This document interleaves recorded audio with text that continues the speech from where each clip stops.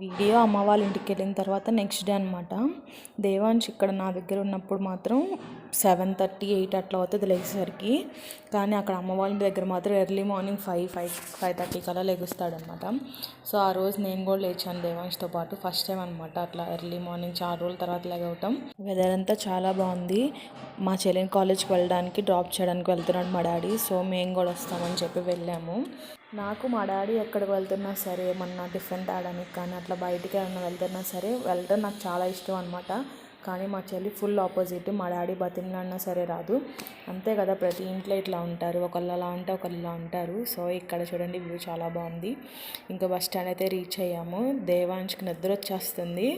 Early morning 5కే లేచాడు కాబట్టి మళ్ళీ 8 మళ్ళీ ఒకసారి నిద్రపోతాడనమాట.